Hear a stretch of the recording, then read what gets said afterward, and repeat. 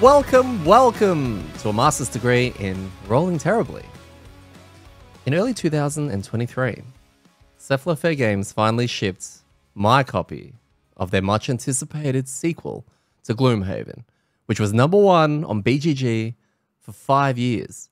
And I asked Gaz the question, should we do it? The answer was a resounding yes. So we began to plan how we would be able to start and hopefully finish our Frosthaven campaign. It was at this time Gaz and I asked each other, hey, you know how we talk a lot of crap between ourselves? Do you think anyone would want to listen to it? Fast forward to today, 87 episodes, a bunch of bonus events, and a small video library. And I couldn't be more proud of what we've managed to achieve. So for the 87th time, I would like to introduce a man who I couldn't have done this without. A man who gave me confidence when I doubted myself, and a man I want to do it all over again with. The podcast, I mean. Gaz! Say hi, Gaz. Hi, Gaz, for the 87th time. And I mean, the question is still out there. I don't think we answered that. It's like, does anybody actually want to listen to us talk crap, right? Like, this is just a test. It's a trial. Like, you know. It was just a trial run. A trial run, yeah. See if, and we still haven't had the answer. So I guess we keep going. Yeah, it's funny because we keep putting the notice out there of if anyone has any ideas, if anyone has any critiques, tell us what we're doing. Like, we've been doing that 87 episodes worth. Still haven't heard much, so I'm still counting this as the practice run.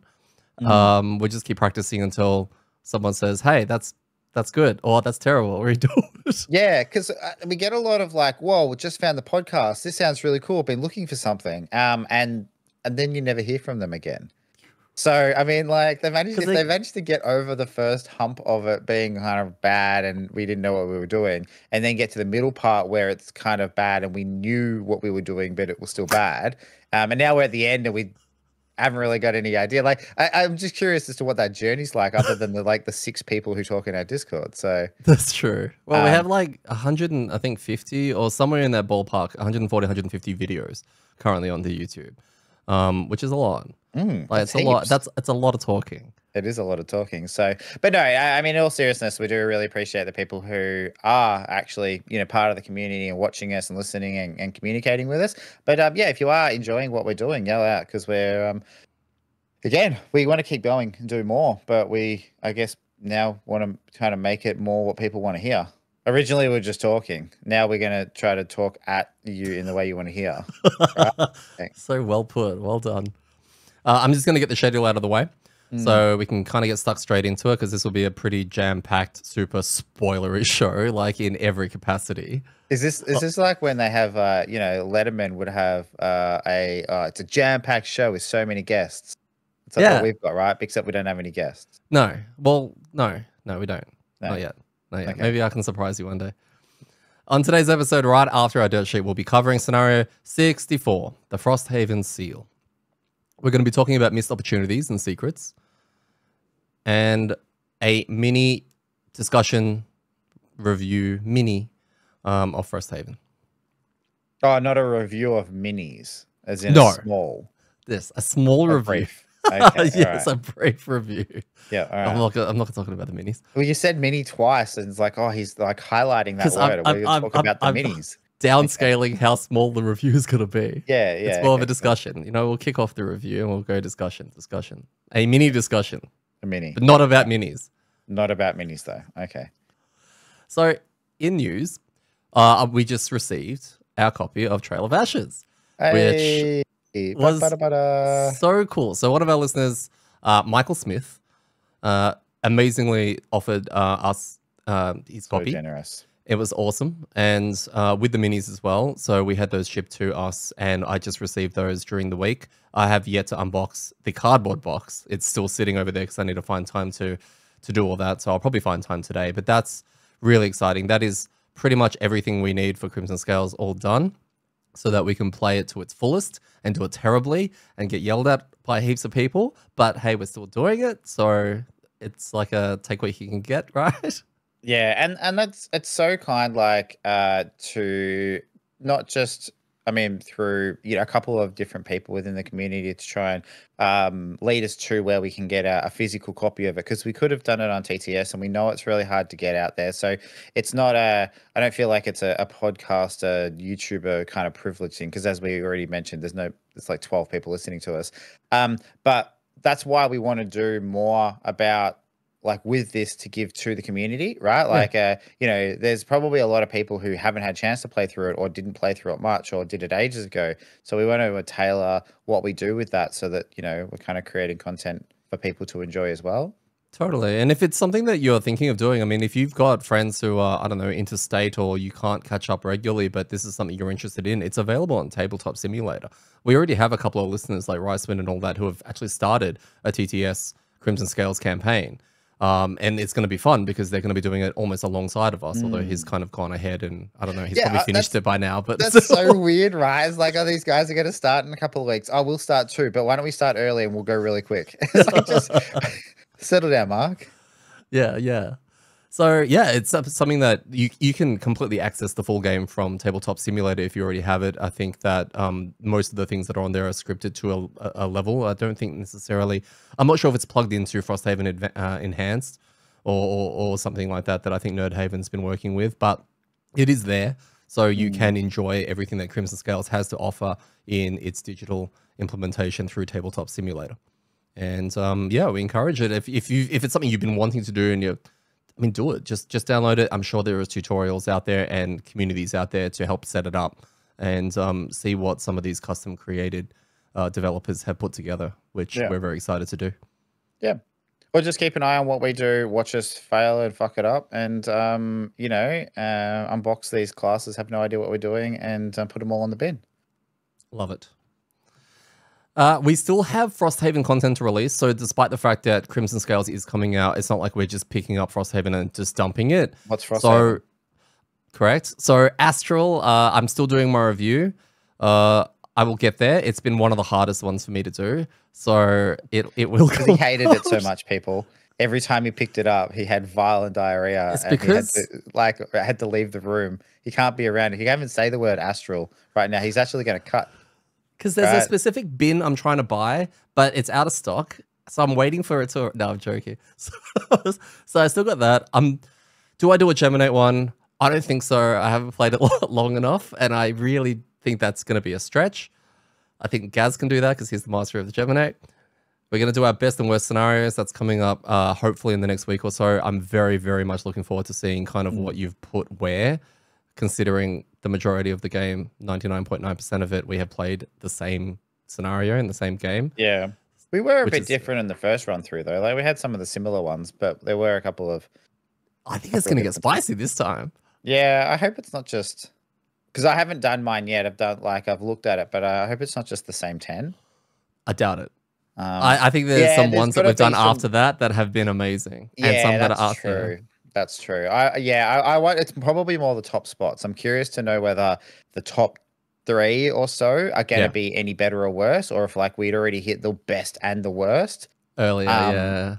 So, content wise as well, just to throw it out there, because I don't know if I'll do it, but I also owe everybody like a coral, a banner spear, a shards, a prism, and I completely forgot to play the Geminate, although. At last, right? That's how it works. Oh, we could do it together, and I can be ranged and you can be melee. Oh yeah, that's actually a really good idea. Wish we didn't spoil that on the pod. We could do the joint one. The spoiler is you can do it on your own, but they'll think it's going to be 2 of us. True. And the drill. So look, maybe one day. Maybe one day. We still got a monster tier list, a character tier list, which I actually filmed today, so that'll come out sometime soon. And of course, probably the biggest project for us will be an actual amDirt review for Frosthaven. Considering, and this is great because a lot of people have been on the journey with us, so we have played the game completely. We're not playing 10 scenarios and giving it a review there. We're going to give it our most honest and complete review. So we're going to put a lot of time and effort into that, and we hope that everyone will enjoy that. So Crimson Scales is also next. We'll be unboxing the remaining 2 characters, I think, shortly. I'm dying to unbox the ones that Gaz and I will be playing for that, which is Washing Machine and I believe Vortex. I actually don't know what washing machine's actually meant to be. Or is that Is it Vortex? Vortex? I think that's Oh Vortex. yeah, It's yeah. washing There you machine go, and Galaxy. Yeah, Yeah, your Galaxy, right? yeah. No, your Apparently, washing machine. should we just flip a coin? Well, no, you want to play washing machine? Okay, okay, I do. Yeah. So yeah, we'll get through those very quickly, and yeah, we'll have our complete party ready to go. And I will also be releasing almost like a pre-trailer to our Crimson Scales playthrough, just outlining a couple of things regarding any house rules to make the game slightly harder that we'd like to play with, or just sort of things like that. But we'll go off to what everyone's probably waiting to hear, the final scenario of Frosthaven, which is Scenario 64, the Frosthaven seal. Just quickly, I need to apologize for last week. We attempted Scenario 64 twice, which we'll explain shortly how that went. And we failed both times, which, these things happened. And look, because it's the last scenario, I didn't want to drag out the final scenario over 2 weeks. I just think that listening to us the first time would be fine. I think listening to it the second time would be kind of hard. So we postponed the actual pod until we completed it, which we have. And that way we can give it the proper respect for a final scenario. Yeah, well, because when we've done that in the past, where we failed a couple of times, had to go back and play it the next week. Usually the next week it's a very brief summary of it because we speak so much about it in there. And it kind of felt a bit weird to talk briefly about it or talk in length about it, but failing. So we couldn't really say much more about it at the end, and then have a brief summary of when we succeeded, being it's the last scenario. So it kind of made sense to jam it all together and make people wait. That's right. It's also stunning and brave to admit we failed it twice. What if I told you we failed it a third time? Third time, yeah, that's it. Yeah, it was a. I mean, we just in the end we just said, just cheat a little, right? Like, what do you mean fail?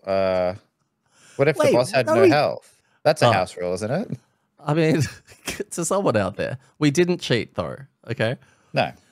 Why this scenario? So we found the first seal. Was below the crystal fields, and Crane worked. Look, the story is good, and I just haven't taken a lot of it in. It's quite hard to sometimes keep it in completely.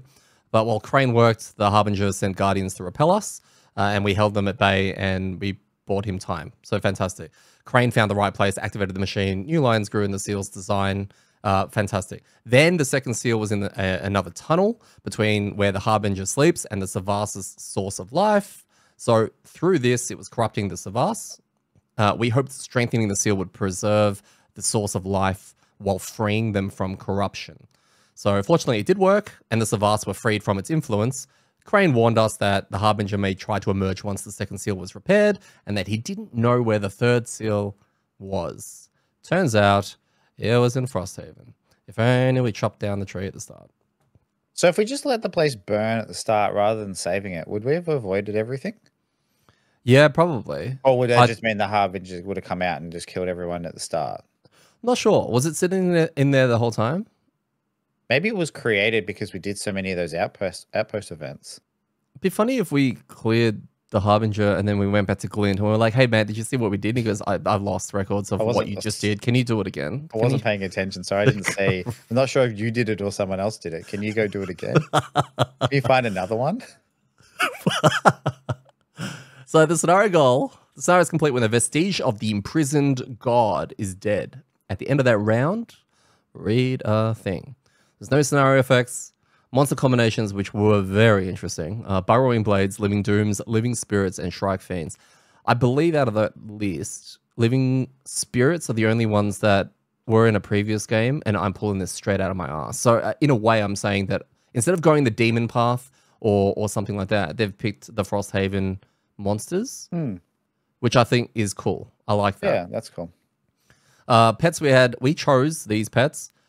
We chose Stu's seems to be stapled. Stapled to the back of Gaz's head, basically. Mine? Yeah.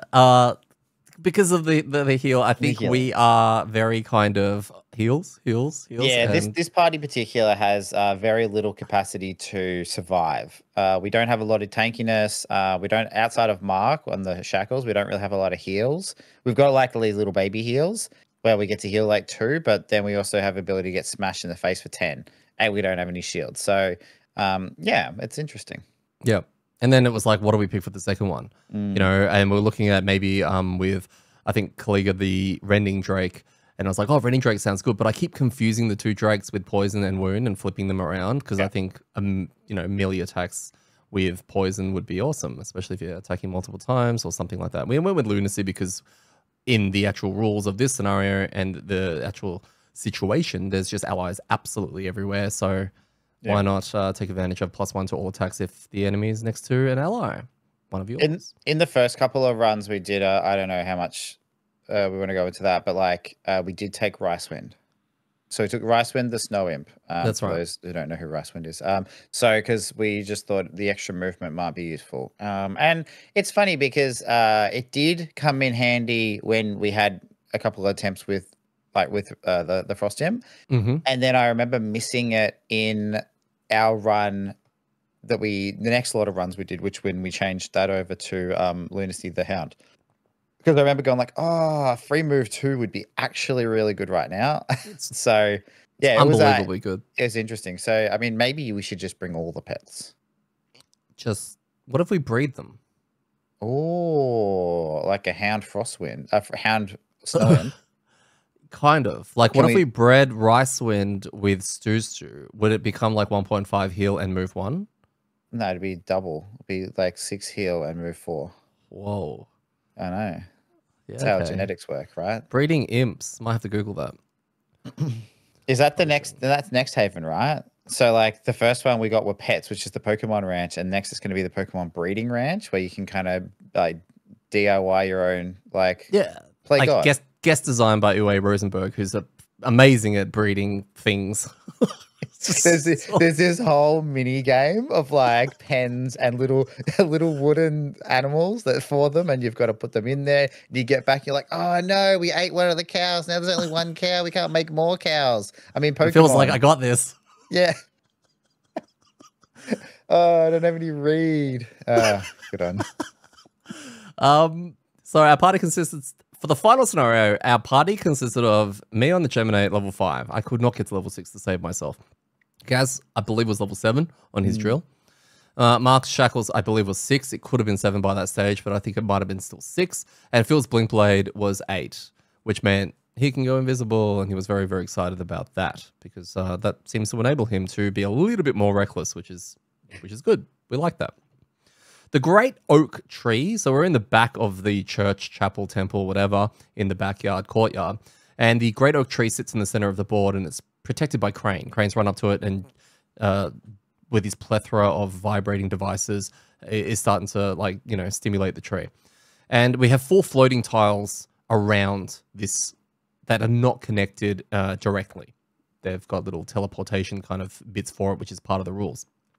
And then you have multiple spawn points on each of these floating platforms, and you have 2 traveling points between each one. 1 guard, so 1 city guard, it sits on each of the 4 tiles, and each tile also starts with 2 militia, all fighting for Frosthaven's last stand as we get absolutely approached by Burrowing Blades and Shrike Fiends and just all of this kind of stuff. So the setup has you feeling like it's a defend, but you're defending the keep or the home or the ancient or whatever. Very stressful, high stakes. I think Phil kind of phrased it the first time we saw it as like a tower defense because, you know, we had these 4 ways and when you go into these rules about what happens, but it's like whose section is going to what we call leak, right? Like you let people through and they're going to get to the tree, which is the kind of the main base, the throne. So 100%. And that as a whole, as a concept is great. Love that. Special rules. So the 4 city guards are guard captains. So they're our mates. And all the militia are allies to us, the guards and the militia. They're allies to us and enemies to the monsters. Easy. Guards use the guard deck. So they will use their own deck. They're an ally to us. And the militia just do your basic move 3, attack 2. And you cannot have more than 12 militia on the board. At the end of the round, characters who are occupying the travel points on those floating platforms may move from one tile to another, minus the direct opposite side, provided the spot that they're moving to is empty. If one of the guard captain dies, you remove the tile that it died on and transfer all characters who are occupying the tile into the middle board, the closest space on the middle board. So that removes one of the tiles just from dropping one of those guards. And the tree suddenly becomes, which is one of its targets, becomes all of a sudden a much bigger threat. And then the tree is an ally to us. Has an initiative of 1 for the purpose of monster focusing, which we have discussed before is kind of gross, especially with, I think, the pillar one that we did that had the same kind of thing. And once they're focusing on the tree, that you've got to kill them and get them off, which is also scary. And if the tree dies, the scenario is lost. At the start of each round, we need to spawn monsters according to a table. And finally, at the end of the 10th round, we read a thing. What are your thoughts on this very crunchy setup? It did make a lot of sense at the start. It looked like it was fine, and it just took a few rounds to get the kind of flow of it. Yeah. But on concept, it sounded cool. I had no idea about the amount of admin that was going to be required at certain points of it, which we can talk about as a separate thing. But no, it seemed fun. It seemed like it seemed thematic from a final scenario, like a last stand, and also with this really big hidden element of like the objective isn't even on the board yet. Like we've got to protect the tree, but read a thing after you finish round 10. Yeah. Right. So what's happening a lot of after round 10, right? Yeah. And I mean, like, we're kind of spoiled, like there's some big tentacle monster boss thing that's in Xhaven. So we kind of knew that was coming at some point. Assume it's going to be round 10, but like, what's going to be the case? What's going to be the play? And that's kind of some of the things as we went through is like, well, what else happens? Yeah, pretty much. So why did we fail? Because we're shit at the game. Like we said this when we started. I don't know why everyone keeps thinking that we're not, but we're really bad. And like 87 scenarios later, it hasn't changed. Because we split at the start. One of the biggest things about this scenario is you've got the 4 floating platforms and you have to protect the guards.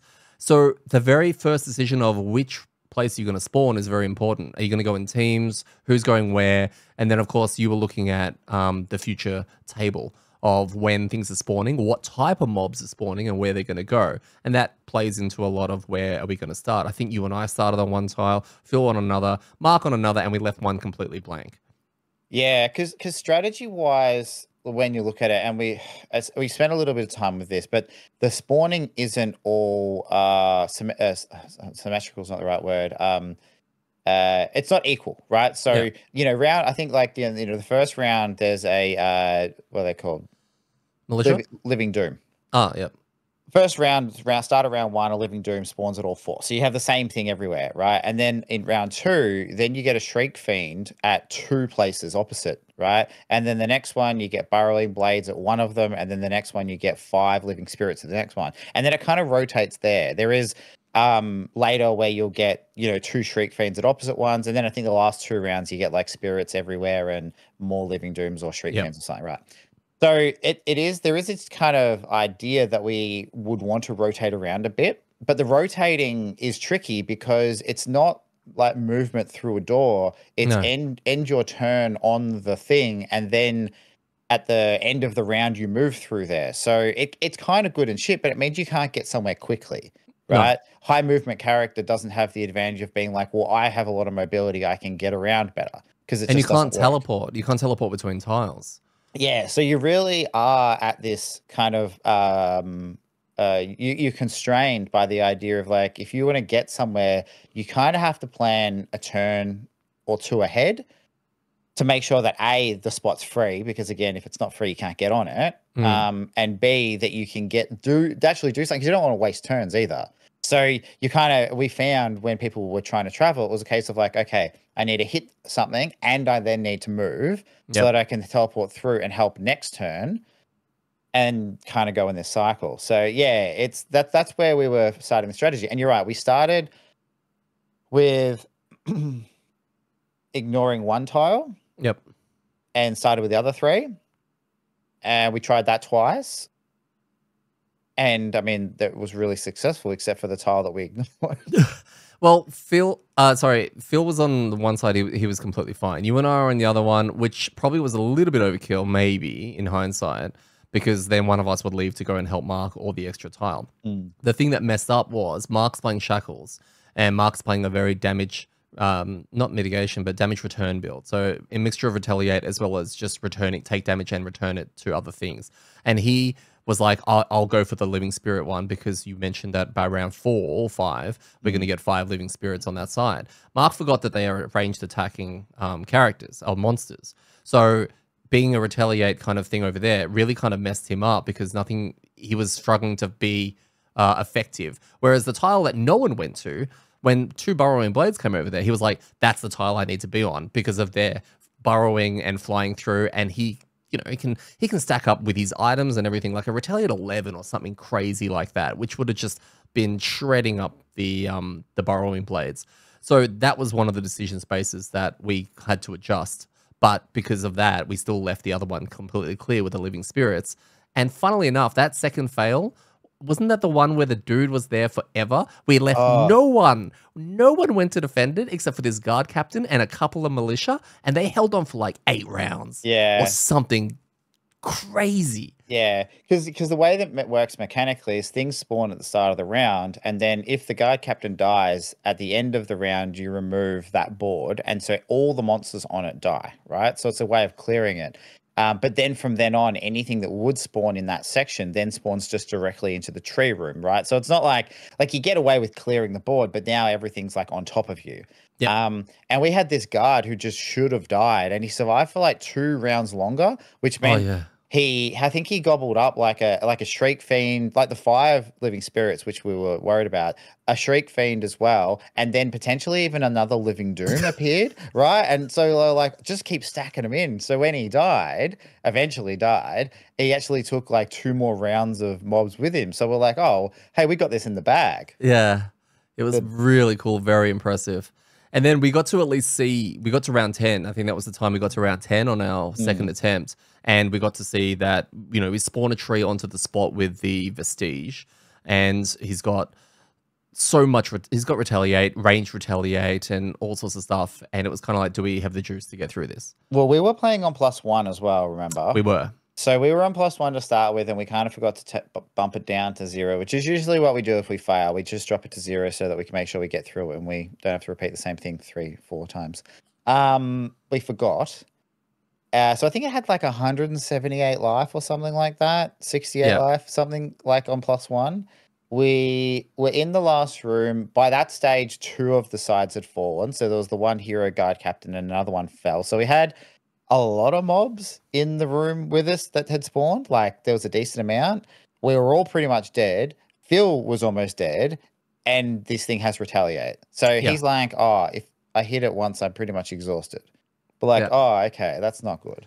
And I think that's when we called it and said, we can't do this. Let's go home. 100%. And it was really disheartening because everyone was looking forward to a holiday. There was none. People would plan their end of season trips and all that kind of stuff. We're like, what do you mean we're coming back next week? So it was a bit disheartening in a way because it had all led to that. Even though we're bad, we kind of didn't think we were that bad. And I mean, I guess in a normal, when you've got a day to play these games, which I imagine a lot of people do, they kind of have like a day put aside rather than a few hours. You just go again, right? Like you really would grind through until you got there and make some changes. But so it kind of felt crappy putting it on the shelf.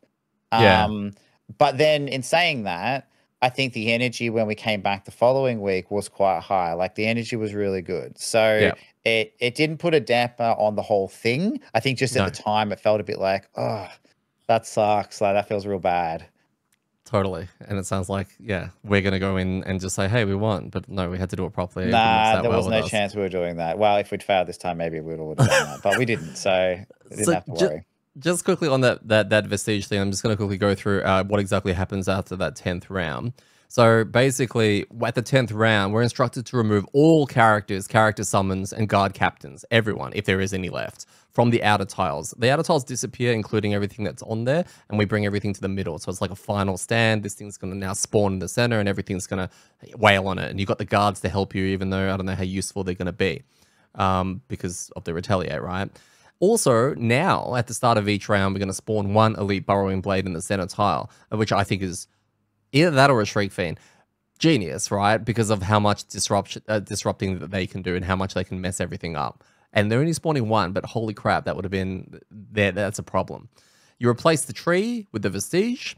It occupies all 3 hexes, and it's immune to force movement. All its attacks can target figures at any range, but are considered melee attacks. How awesome is that? Boss Special 1 is just a big attack targeting 7 hexes, just a big AoE. It's not that big scary. Boss Special 2 is where it gets spicy. So the boss will create a 1-hex difficult terrain tile in hexes occupied by each character. If any of those hexes already contain difficult terrain, it replaces it with hazardous terrain. So that's pretty gross. Then the Vestige performs Shield 3. This is Boss Special 2, by the way, which is nice and early. Goes at like a 14. Yeah. Push 2 targeting all within range 3. And at the end of the round, any character who did not attack the Vestige this round suffers trap damage. And that is kind of where we were like, definitely we can't complete this. That Boss Special 2 is kind of cooked a little bit. But I did. Sorry. Oh yeah. No. I was going to say I did misunderstand that even until our next run, where I thought that special rule of not attacking the boss and suffering trap damage, I thought that was every round. So I thought it was a DPS race, but also a timer, right? As in, like, you need to attack it and you're going to take Retaliate 2, or you don't attack it and you take 6 trap damage, which is what the trap damage was for us. So that makes it not anywhere near as bad, knowing that that's just that one card. Although, I mean, when the boss only draws that card, it's always a rule, right? Yeah. Which we'll get to. Right. So what's the new plan going into this? We did something different. We put one person on each one, because I think we talked about it. Once we saw the boss and we realized what was happening and the fact that the tiles need to be held for those 10 rounds as long as possible, because once that's done, monsters aren't spawning in the middle. You've only got the Burrowing Blade that comes every round and the actual Vestige. So we decided not to help each other, and we did a, what do you call it? Free-for-all? Like, where everyone's sort of protecting their own one. Yeah, everyone takes a side, right? That's how it's probably supposed to be done. Yeah. That's what we did. And it was fun, because the part of the problem as well was that the last 2 rounds of summoning is everywhere, and I'm pretty sure it's an Elite Street Fiend and an Elite Living Spirit. So it's like 1 round and then 1 round. So even if you hold the places mostly to the end, like what we found with our first couple of runs, or the one that we made it to the boss and then kind of bailed, was that even with 2 platforms down, that's 2 Elite Shriek Fiends and 2 Elite Spirits that are there on top of the boss, on top of the burrowing. Like, it's way too much, right? Like, they're too much to burn through. And so we kind of went like, we absolutely need to make sure that these hold till at least the last round, so we're not getting any summons there, right? We weren't sure whether bringing the guard in was going to make a massive difference. Like, we don't know if we needed the extra bodies to just like wail on the boss, but it was definitely a case of we have to hold these until we get to that point. So yeah, that was the strategy. Now, I was a little bit dubious about me going into, because I took the side that was going to get the 5 living spirits in turn, I think it's the start of round 4.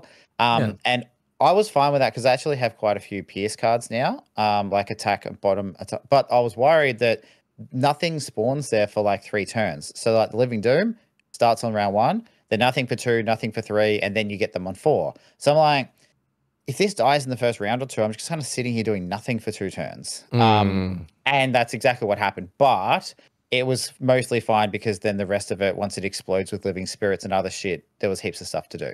So it kind of was like a little bit like I had a round of downtime, which was like it felt a bit bad considering how everything else was going. But I think it worked out, because it meant I didn't have to spend cards to get here to then deal with the living spirits. So yeah.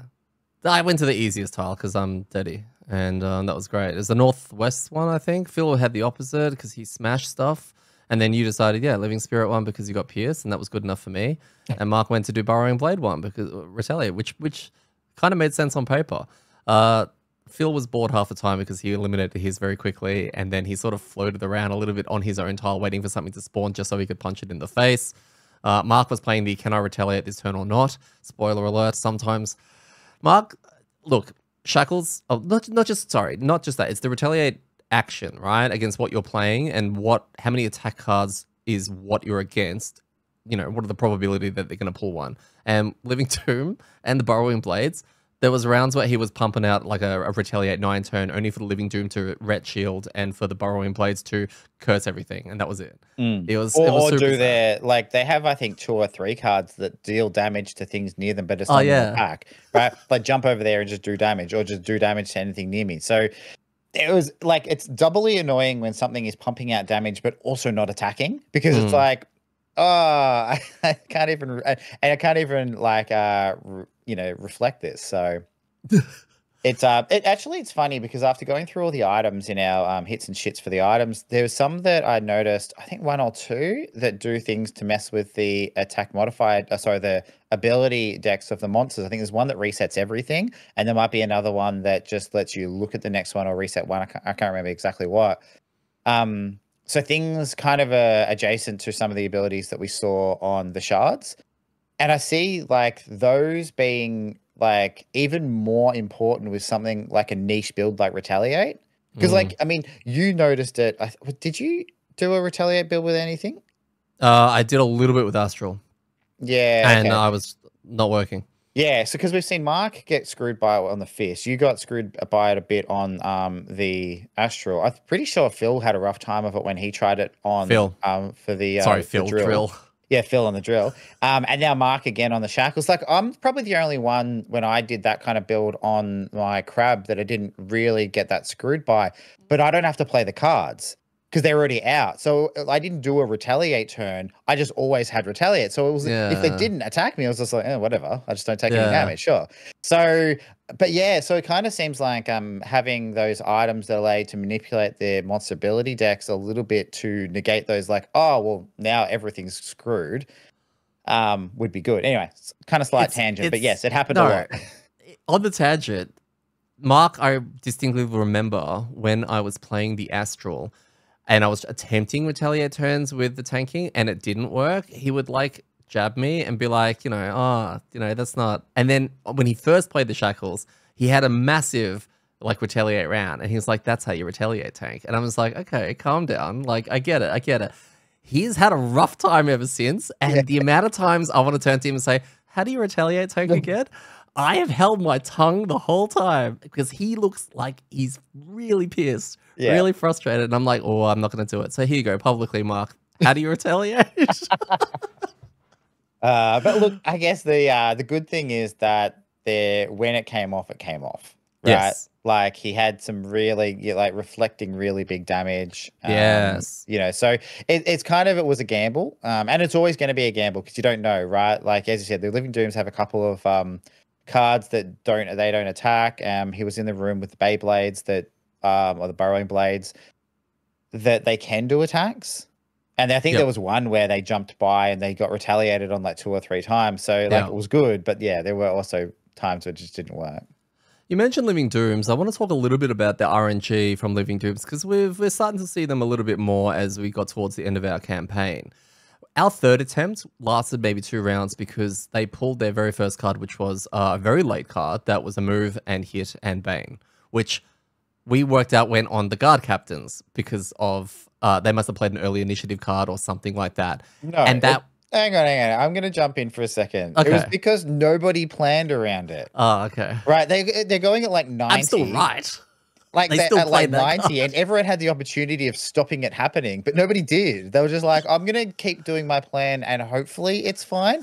And then it wasn't, and they all got baned. And because nobody had heals, right? Yeah, it was because the guard captains went early, so they were hitting them. But there were also the 2 banes that dropped on there. I'm just going to say this. The 2 banes that dropped on there, both people had the opportunity of making that not happen, right? And they chose not to, on just in case, the guard Who might were they? deal with Was this, I or the militia might deal with it. I was like, oh, God, okay. One of them wasn't me, though. I can't remember who. I know it was 100% me. It was 100% dropped like 3 attacks into a Shriek Fiend on full life instead of the Living Doom that he was next to that he could have. Yeah, I was like, oh, it's got shield, Gaz. It's got shield. Shrike Fiends don't have shield. It feels better. But yeah, they have a bane card. It goes really late and it kind of fucked us a little bit. And yes, Gaz explained why a little bit more detailed than my explanation, which sounded way cooler, where it just happened and we couldn't do anything about it. Also, the other thing is RNG for the guards. So The guards are interesting in that sometimes they do a really cool thing like a range attack. Do you remember the one that Mark's side was completely cooked? And because the guard was going to die, and he did a ranged attack, which made him move away from his target, which then made him not the focus for the future attacks later on, because this thing's on like 1 health. They had some crazy RNG. When they all teleported to the middle and we're fighting the boss, all they did was shield retaliate. Yeah, so spoilers a little bit along. Yeah, we ended up restarting again after that Doom turn, the Bane turn, like the Living Doom Bane turn, because they all got, like 2 of them got Bane. We're like, well, I haven't got heals to get rid of them, so let's just restart now. We did end up getting to the middle, and we actually managed to get all 4 guards into the middle, which we were like stoked about. And we'll talk a little bit again. There was another hero guard that's like definitely was living on borrowed time. But then they got in the middle, they didn't do anything. They literally sat there and did shield retaliate twice. And then the third turn, I think they did an attack, but by that stage there was like 3 burrowing blades out. Yeah, so they were like, those. Oh, we're gonna go get them instead. We're like, no, like if on turn 1 you had just gone towards the fucking tree, right? Then I know they probably would have killed themselves with retaliate, but they're hitting for 4s. We needed the damage. We needed the damage. That's all we needed. If 4 of them are hitting, what is that, 16 damage? Like it would have helped. We tried so hard to keep them there as well. We brought them along and they're like, all right, cool, guys. Now that we're at the boss, we're just going to sit here and turtle. We'll just turtle and watch. Yeah. So, yeah, anyway. But yeah, our defensive thing worked. We helped each other where we needed to. And then, yeah, right, we went all to the middle. And then it was interesting, actually, because the Blink Blade obviously has a lot of burn potential when he needs to unleash. And I think the discipline that Phil had to hold. Now, he didn't need it because he was taking care of his side with, I don't know, basic actions by the looks of it. But yeah, on the final thing, when Phil was ready to go, he unloaded on this boss. And I think he did something like 60 in his first round on the boss. Yeah. It was amazing. We had you on there as well, doing a lot of damage. Mark did some amazing return damage with, I think, his hammer potion. And do you remember his cloak as well? The brittle. The cloak that I binned. Take damage to brittle thing. Yeah. The one that I checked in the bin. Yeah, he did some good work with that. So it's still in the bin because it's only been good once. Yeah, even Lunacy can't defend that. No. Yeah, no, it is a really good point actually, because like if we reflect on kind of how each of the sides went and what everybody did, it was everybody kind of did something really well. It was different. It wasn't just like everyone cleared their side. Like you struggle with the ranges and it being all there and stuff, but like you managed to get your side in a good enough position where you're able to bail from it, and then you came over to help me because the living spirits, they weren't getting out of control, but I was just having to chase them around, and then I got a Shriek Fiend and blah blah blah. So that came and reinforced that, and we managed to hold that.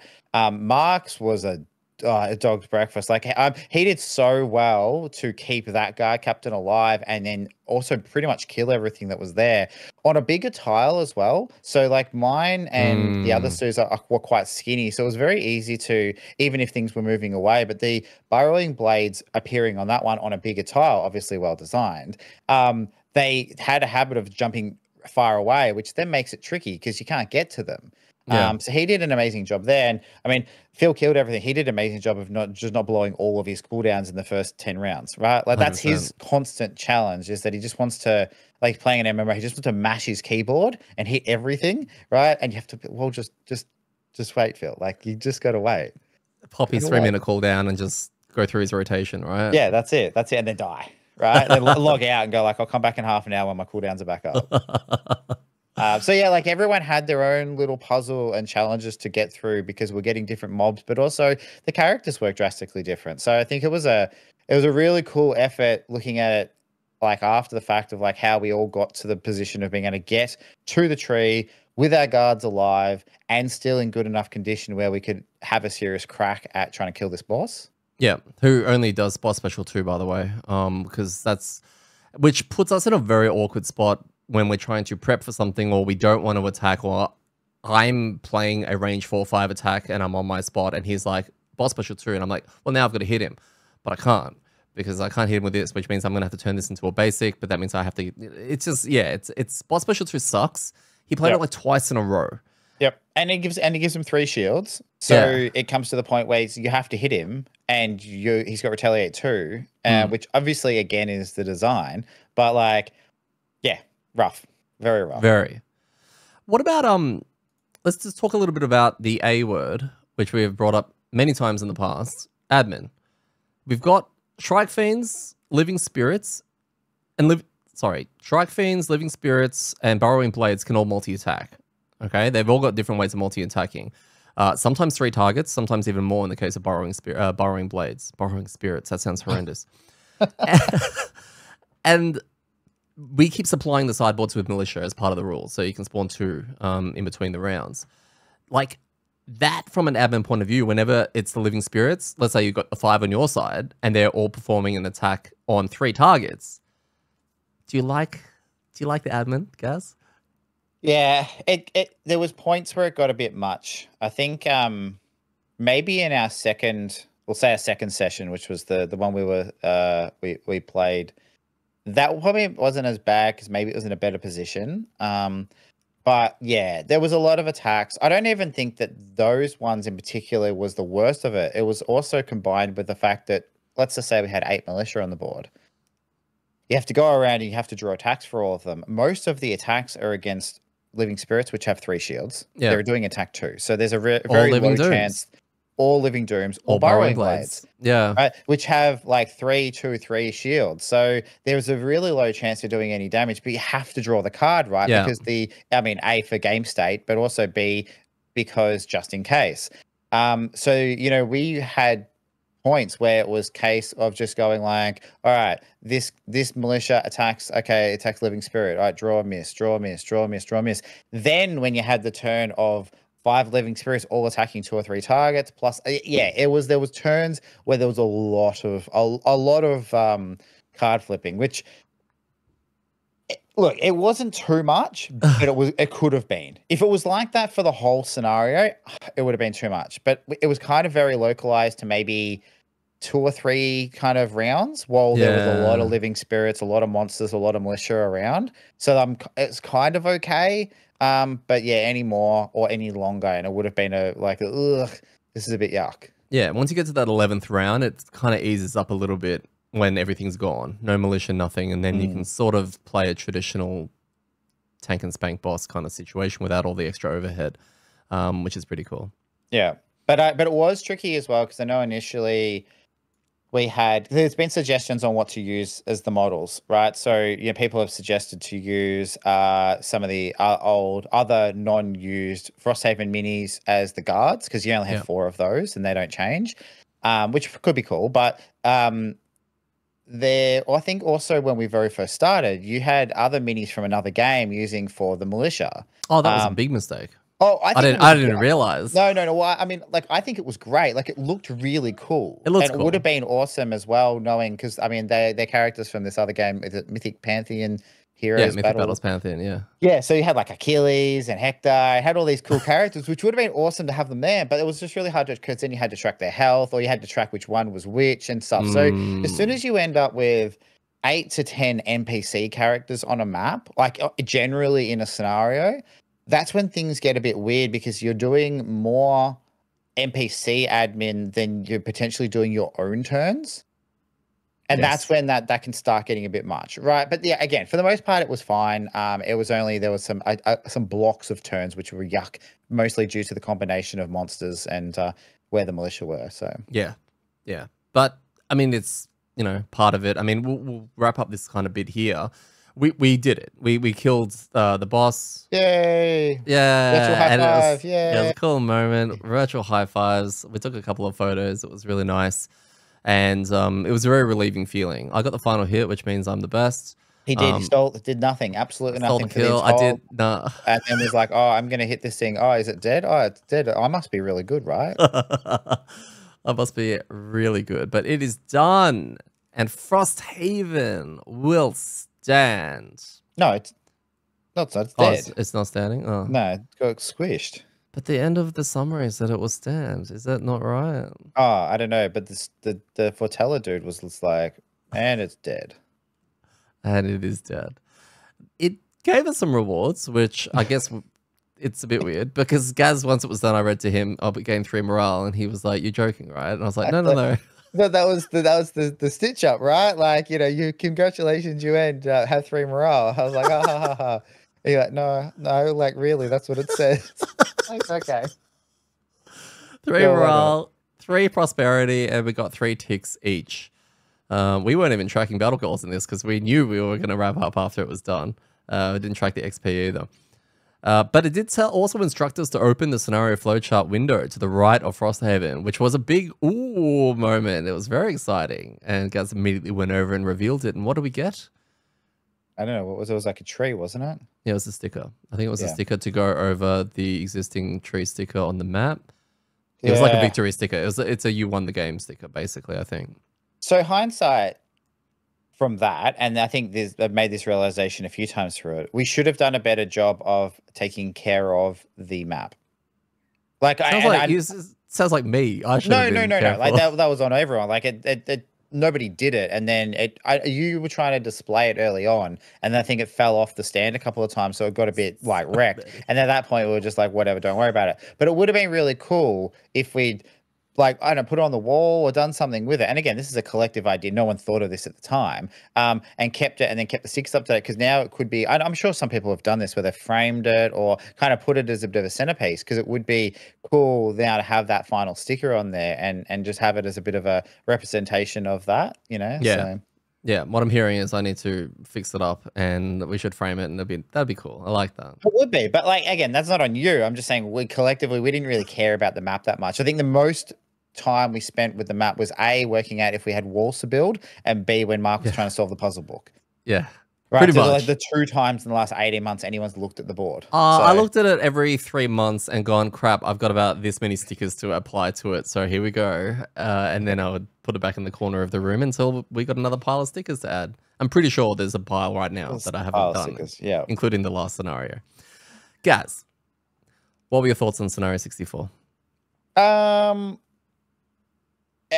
really liked it. I thought it was good. I thought it was a really good end of game 1. It's hard because it's like the finale of anything, right? You think about the finale of a TV show, happens all the time. It's so hard with something that runs for so long and people really invested in. No one's ever happy, right? No one's ever like, that was a great finale. It's like the best you can ever get is like, oh, that was fine, because everyone's disappointed with it being over. Yeah, I think this did really well to be interesting. It had elements that we hadn't really seen before. It was hard, like even on normal difficulty, which we ended up bumping it down to do it on +0. It was still hard, like on that. Like I reckon I maybe had a few more rounds in me of pump and damage, because I was still pretty healthy and I had some good higher cards. But maybe I'm getting another 30 or 40 damage into it if I really needed to. But I know everyone else is kind of running a bit low on damage as well. So yeah, it was. I think it was really cool. I was really happy with kind of how it wrapped up. Yeah, just a caveat on whenever I ask Gaz what his thoughts were, I try to restrain from discussing a lot of what happened at the end of the actual session, because I know I'm going to talk to Gaz about it later. So a lot of times when I'm hearing this, it's kind of the first time I'm hearing it as well. So I'm always curious to see whether or not we line up on our thoughts on, you know, how we felt about it. So that's really cool. What did you think? I loved it. I think it was great. I think that we, over the last few weeks, have been calling this, you know, like the Terminator kind of thing. And is it going to live up to the hype? Is it going to live up to is it going to be finale worthy? And I was terrified of this scenario. And as in just the setup, when I looked at the setup, I didn't look at everything. I just looked at the map layout. I was just like, this looks like a headache. And I just put it away like that. And I was like, damn, but I haven't read the rules yet. I haven't read what's going to happen. So hopefully it does live up to it. I was pleasantly surprised. I think, yes, it was very challenging in a good way. There was nothing bad. I would, if we failed it again, right, I would be happy to play it again. I don't like the admin part of it, but I didn't hate it to the point where it's like I couldn't repeat playing something as tough as this. I think it really did set the tone for a great finale. It's put the target of the name of the game as Frosthaven under the final siege, which is a little on the cliche side, but executed really, really well. And I like the fact that the narration and the story brought in, you know, Crane and Terra and Moonshard and some of these characters to come back. Look, there are so many characters that where they go. We wanted to see them die.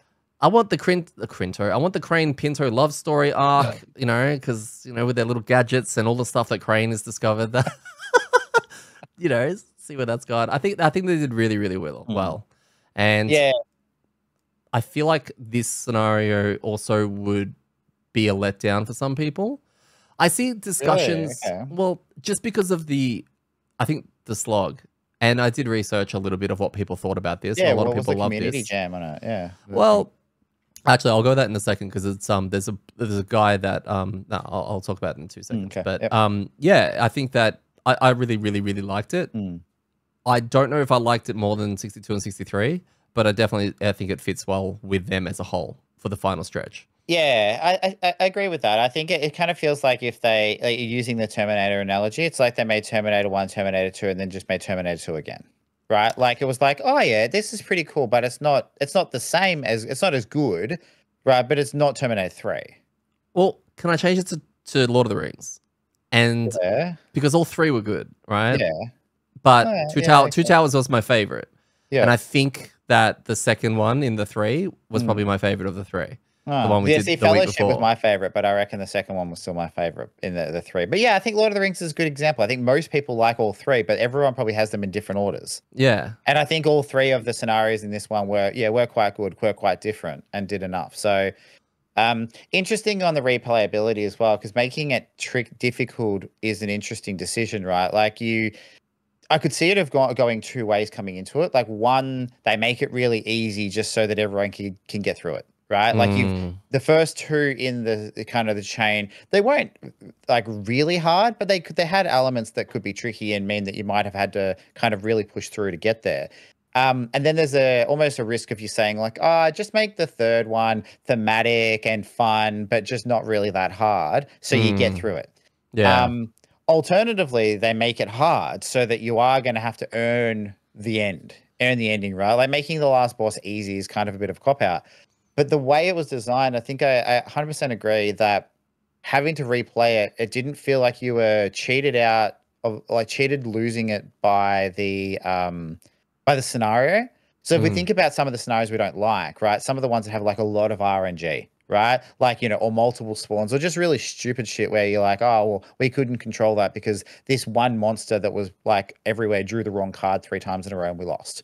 This one doesn't feel like that. This one feels like you can puzzle your way through it. Like you can really, because once you've played it once or even after the first round, you know what's going to happen for the next 10 rounds. Yeah. Right. So it's not deterministic, as in you don't know exactly what's happening in each round, but you know what's spawning where. So you can come up with a bit of a plan.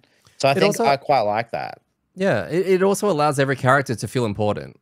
Right. And I think that's really, really important in scenario design. I think the fact that the 4 of us started on our own platforms and it's kind of like, well, we knew that going into that attempt. But how are you going to deal with it? You get to still do the things that your character does. And I think that's really, really important.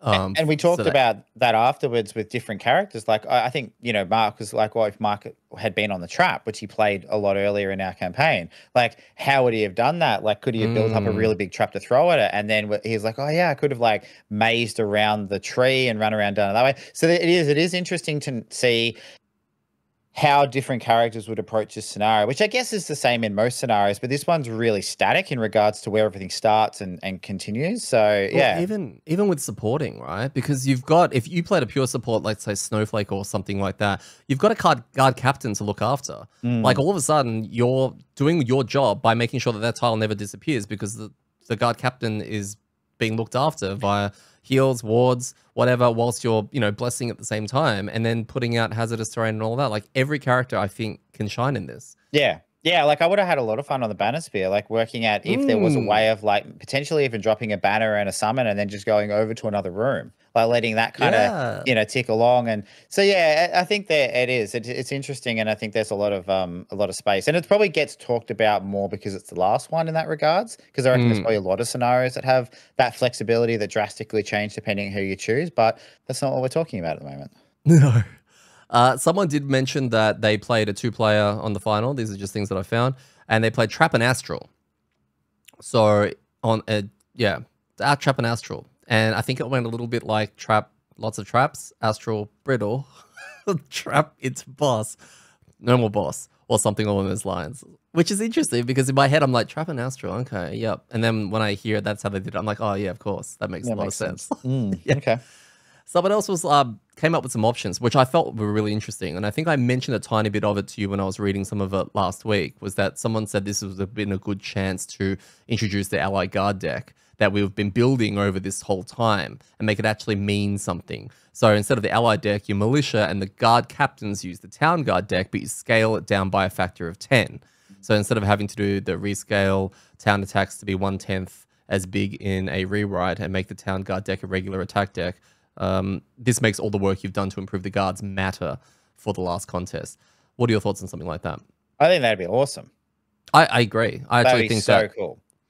It's a shame that, I mean, I know that the deck it's clearly built for the whole purpose of outpost events, outpost attacks, but it would have been cool to have some kind of a formula or some way to integrate it through math, however you do that, into, something like this for allies, especially when it comes to city guards. The only issue I could see with that is potentially it being way too strong. That's the only thing, because like I think ours by the end, after doing all of the job placements, like you got your 50s in there. Well, we had that example where I think Mark baited Phil into a discussion of like they were trying to make a decision or 50-50 on something, and so Mark's like, okay, well, how about we draw cards from the guard deck, and then if it's red, then we get your decision, and if it's green, we get mine. And then after we went through, we realized that we whittled it down so much. It's like it's like 2 or 3 red cards, and the rest of it's like green or grey. So there was a really good chance. So maybe that then skews the guards to be too tough. But yeah, I think having some involvement of like all the work you've done leading up to that point to influence it, could have been fun. Yeah. Even the walls, like, you know, maybe the walls come into play, like how your walls are. You might get bonus on the guards. They might get bonus health, or I don't know, something like that would have been cool to say like, hey, all the things you did previously to this point actually matter in some way, shape or form. Not drastically, because you don't want to make it so that like if you didn't do all those things and you can't win. Yes. But just have it like, yeah, this is the case. And yeah, so. Well, the same user also put up something about the morale and was like, have your morale and or defense values actually matter. So you could have crap morale or a 20 morale going into this, but it doesn't influence how your militia fights. It doesn't? Oh, okay. So whether you have max defense or let it slide doesn't change what you face. Even some minor effects would have been welcome, blesses for high morale or section to read at X defense or something like that. Which I think is actually pretty cool to give morale some more weight. Yeah, I mean, this ends up being a complete redesign of the scenario, but like one of the things that you could do with the things like the walls and the morale and those different resources is if you change the way the tiles are and then give the players optional kind of, what do we call them, objects or traps or things to put on there. So it's kind of like, depending on how you've gone, you might get like the optional extra of like, hey, chuck these onto the map to start with, so that you have I don't know, some kind of bonus or something like that. But yeah, I don't know, some involvement would be cool, but I don't think it was crap because it didn't. It just would have, if that had happened, I would have been like, ooh, that's spicy. That's really cool. So yeah, that's interesting that it's been picked up. There's a certain someone we know that, you know, died, but how will they go here? I don't know. Where do they even start? They just run around the tree. Well, we start on the floating tile, so maybe he has to start on one adjacent to one of those locations next to a player. Yeah, okay, maybe. I think in the, like, well, are we talking like OG Ormy, or are we talking like Thor Ormy? Thormy? Ormy. I think OG Ormy struggles here because he probably dies due to the fact that most of the tiles end up with multi-attack things, and he's just going to Zerg for them, right? Well, he's also a shittier militia because he moves slightly slower than them. Correct, yeah. But Thormy, I think, does quite well. He had a lot more HP, he hit harder, he's going to get in there. And I almost feel like he could have held a side with the guards and stuff. Like, yeah, here's my one problem with Ormy in surviving this scenario is that I don't think he teleports after round 10. Yeah, okay. He's not a character summon. That's fine. Like, he doesn't die. He just goes away. He goes into the goes along with the militia. The militia don't die.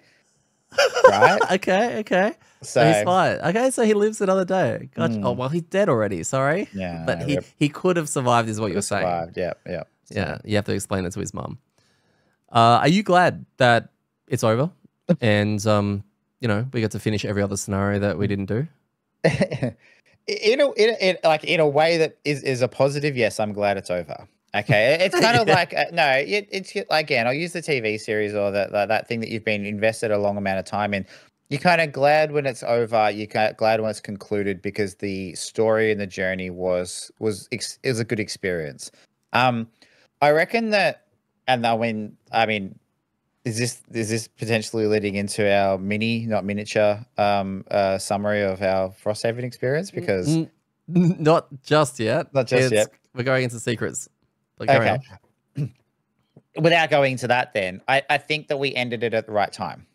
Yeah, okay. I feel like if we were forced to do another 5 to 10 scenarios due to like the storyline just being bigger, I think it would have overstayed its welcome. Yeah, because I reckon we're probably in the space where mostly just due to not unlocking any new shit. Like it's now just like a grind. And I think that wrapped up. Now, a lot of that was our choice at the end because we kept doing side scenarios when we didn't need to because we wanted to experience some of them. But that's where I go. I am glad it's over because I think we got what we wanted out of it. And any more would have made it start potentially feeling like a chore in a sense. And I wouldn't want that to be the case of like, yeah, it was fine, but it was 10 scenarios too long. Yeah, okay. Yeah, that's really fair point, and I think I feel very similar to that. But we're refreshed and ready to go for the next campaign like any day now, right? Yeah, well, no, but that's 100% because we're getting new shit, right? That's that's part of the whole reason why it started to feel stale was that it was the same stuff. Like we were just playing with the same toys and the same tools. So very good. So, missed opportunities and secrets. There are a couple of things that I have found, and I'm sure there'll be more later, and maybe next week we can discuss some more of that in detail. But one of them that, and this is super spoilery, even for us, was the Brummix. So we had Brummix tracks that we were adding. Now, I don't know what this led to. I'm going to learn right now with you, okay, what this means. So once you place all the Brummix tokens, stickers on the sheet, you get to read a little section event in the thing. I'm almost certain this will lead to a pet because we accidentally saw it as we're flipping through the thing. But I didn't actually see what it does. So once you get all of them, you're given a section and you're meant to save the section because it'll count as another road event. I'm learning this now. So it'll count as during your next road event, instead of drawing a card, read this. Read this. Okay. And it just tells you to put it in the calendar as a reminder. But once you reach the flavor, which I'm not going through, you can add Brummix Pet 12 to the stables. This can exceed the capacity of the stables. I forgot there was a capacity. There's a capacity? It's on the card. Okay. But we upgraded it to its max. So okay. I'm sure it should be fine. Do you remember what the Brummix does? I haven't brought it up yet for myself. Do I remember what the Brummix does? What do you mean? I didn't even know it existed. Oh, I thought you saw it. No, you saw it and told me that it was there. See, you did see it. No, that's you. I'm not you. In the envelope. So I'm going to bring it up now. So I knew that there was 2 extra pets in there because when I was going through the pets, there was 2 cards that we didn't have, and I was like, oh, there's still 2 we're missing, and you're like, oh, I'm pretty sure one of them is a Brummix and something other thing. I was like, oh, what's a Brummix? And you're like, so on and so forth. So yeah. What's it do? So it's a weird cat-looking thing with antlers and a mask. It looks like a seashell. It looks like a Pokemon, basically. I'll put a photo up and I'm sure you can check it out later. So during card selection, reveal the top card of each active monster set's ability deck for the round before each character selects their cards. Okay. Cool pet. That's really good. Yeah. Yeah. Like we were just having a conversation about where that fixes retaliate turns, right? Yep. And so having that on a pet without the okay, cool. I don't know if it's better than any of the other pets, but yeah, no, that's cool. I like it. Yeah, and there's another pet next to it. I'm looking at the Frosthaven cards.com website, and there's a pet 11 as well. I have no idea how you get this. I'm not looking into it or haven't looked into it. So if you want to share with me or the group to how this or the pod, how this kind of comes up, but it looks like a little drone with little helicopter propeller. It looks like literally a drone that you would buy from JB Hi-Fi. And are you bringing it up? Yeah. Is it? It's in pets, is it? Yeah. Yeah. Pet 11. Number? Pet 11. Okay. Oh, Cool. heroics. Heroics. Oh, does this have something to do with when the drill retired? It left a puzzle. Do you remember that? It left Mark a puzzle, and we were just like, we've no instructions. We don't know what that is. We'll have to find out a little bit about that. But I'm wondering if it's that. And it just says as its abilities in initiative order, all characters can individually choose to immediately perform, attack one, move one, or heal oneself. That's pretty cool. Ah, that's cool. Yeah, I like that. I like that. Very cool. I like the fact that everyone can do something different depending on what they need. That's an interesting design space, like choices on the pet. Because there is this caveat, rather, you use the pets and everyone has to agree and everyone has to do it. And we always find these situations there's sometimes where it's like, oh, not now, not now. We kind of try to line it up as best we can. But like something with, say, What Dog, who's the black imp, or, even Lunacy, where you get the bonus, going like, hey, I'm going to use this because it's really good for me or for two of us. It would be cool to have that option of being like, oh, well, you know what? I don't want to attack or move, but I'll just grab a HP.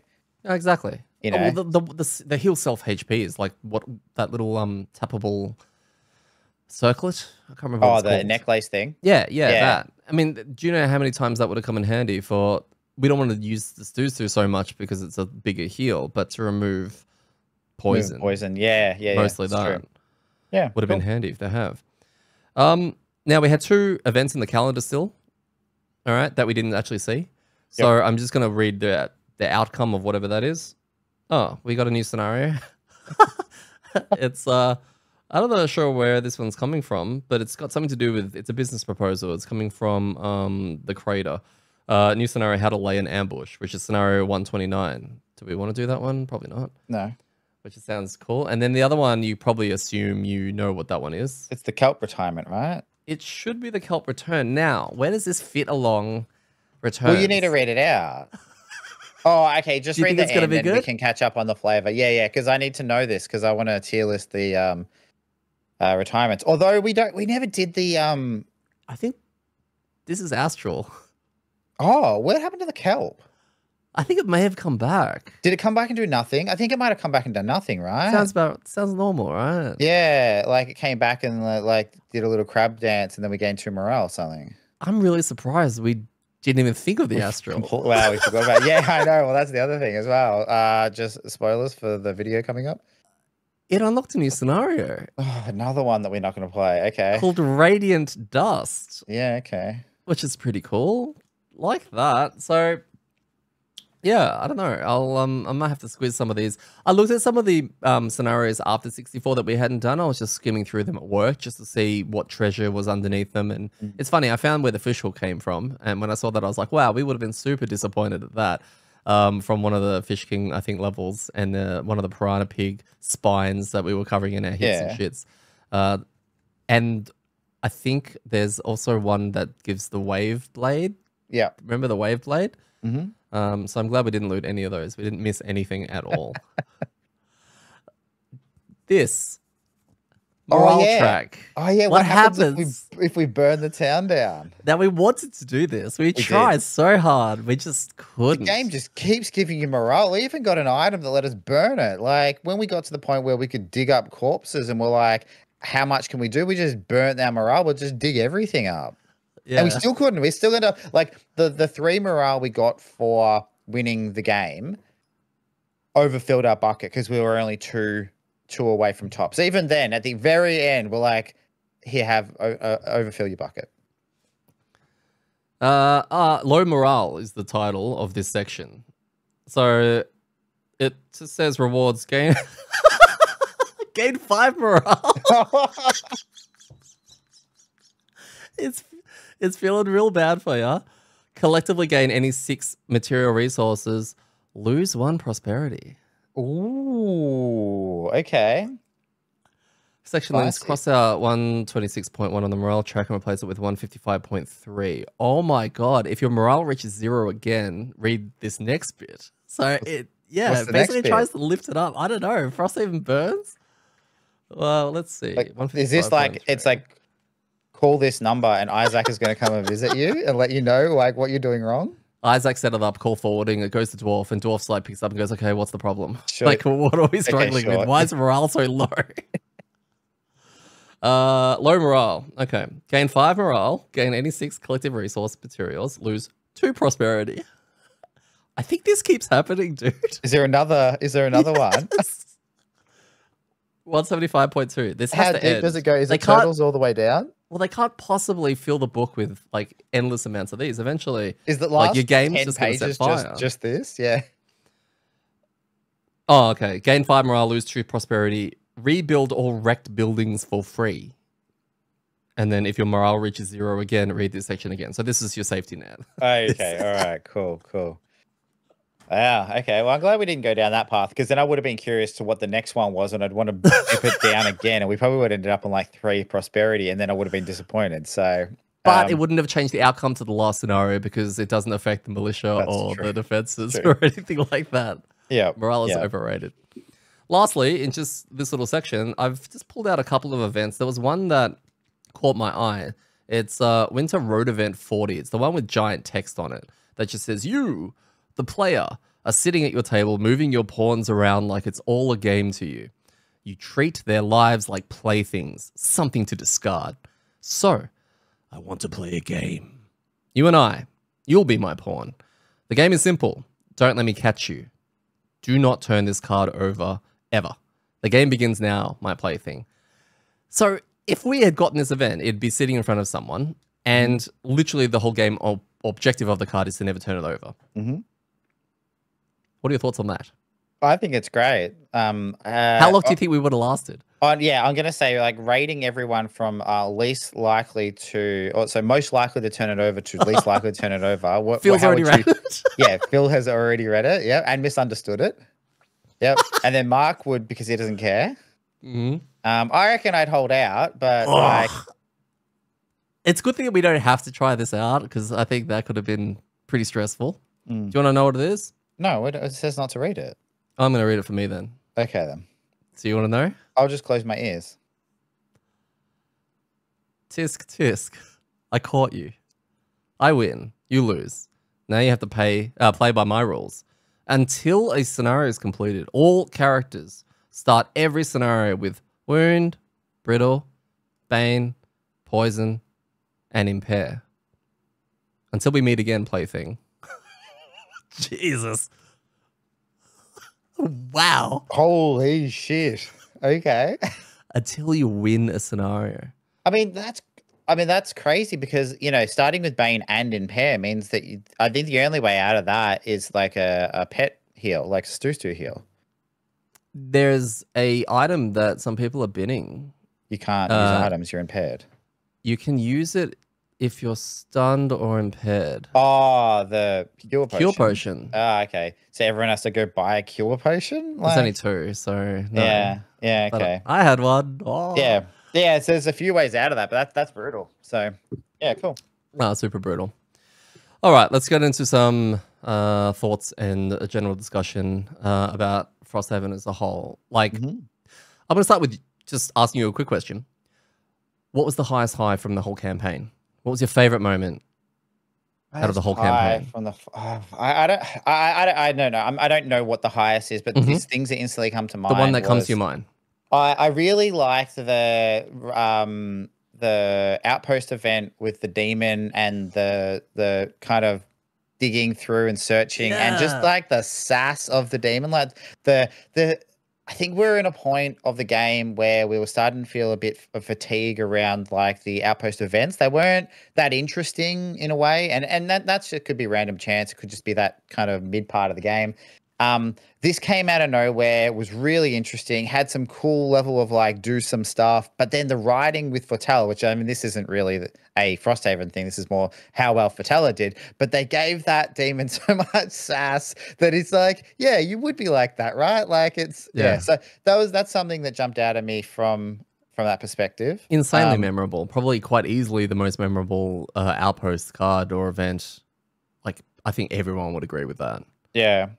A couple really other well things done. that jumped out at me. I reckon that the Prison Break series of events, I think from a writing perspective, I really enjoyed. I thought from a closed encounter kind of thing jumped out at being like I was really on the edge of my seat, kind of you know, metaphorically, like waiting to see how the story was going to unfold, and I thought Yeah. that was really cool. Like that was a good one.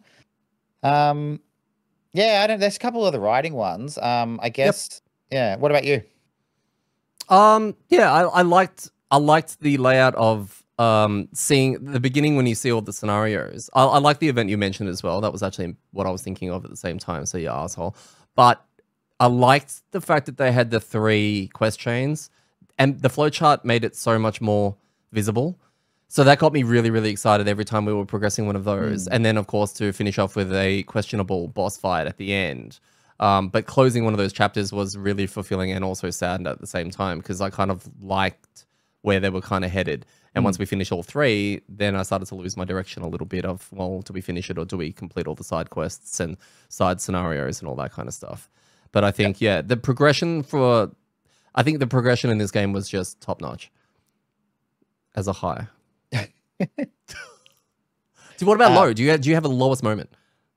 Oh, It's okay if it's Bannerspear and the PQ. or I mean, some of the PQs, there was some feel bad moments there where I was like, this sucks. Yeah. I'm trying to think lowest moments. I don't know. It's probably just a combination of random events, like unlocking some of the buildings that were very, very not exciting. Like, Yeah. we'll talk about this when we review it, but like one of the things that I think gets to the point is like the unlocking of things is what keeps the game interesting, because you are flowing through doing some similar type stuff. So having these new little kind of presents to open along the lines is good. When those events of opening these things are lackluster, it does bring it down a bit, right? It's like you're looking forward to that kind of next, I don't know, what's it called? The you know, like when you death scroll through Facebook looking for something. It's that Dopamine hit. Yeah, dopamine. Yeah, you're looking for that next dopamine hit of like something cool, and then you open it up and it's like cool. You can now sell metal for gold, and you're like, oh, yeah, awesome. That's what I've been waiting 4 weeks for. Like, you know, or the end of my, you know, character retirement is that, and then dude comes back and gives us 2 axe nuts, right? Like you go. So I don't know if there's one particular moment, but there's probably been a few of those. Yeah. What about for you? Anything jump to mind? Probably the early stages of Astral were probably some of the more frustrating moments in my campaign that I felt pretty bad. Like I was sitting there going, wow, everyone loves this character. Why am I struggling so much? And I guess it's a low point that I experienced in the game is that, yeah, trying to make that work. And every time I thought I could make it work, it blew up in my face. And I'm like, are you serious? Like if it was just an incredibly frustrating period, probably the most frustrating period that I experienced out of the whole game. Just those first 3 or 4 teething. And then after that, it didn't get much better, but I changed my attitude around it. So I just kind of was more positive when things were falling apart. That's fair. If there were any, or what was the biggest, like, holy shit, that just happened moment? Like twist or thing that you didn't see coming that changed the way that the game flowed? Probably 100% the challenges. I think when we unlocked the challenges and we discovered that they were going to create affixes, because we have a big we have a WoW background, and we like the affixes of run the same thing you're used to, but here's these additional challenges to make things harder, so work around these challenges. Well, the challenge deck literally provided that. That blew my mind. I was so excited, and it was just this now. It just makes every scenario we do different to every other group's version of that scenario due to the challenge deck.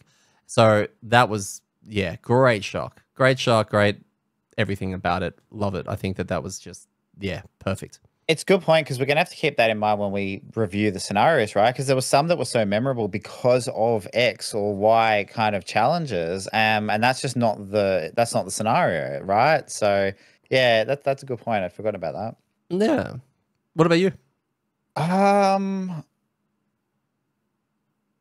don't know. I mean, stuff that I didn't see coming was, I reckon like along similar lines was the trials.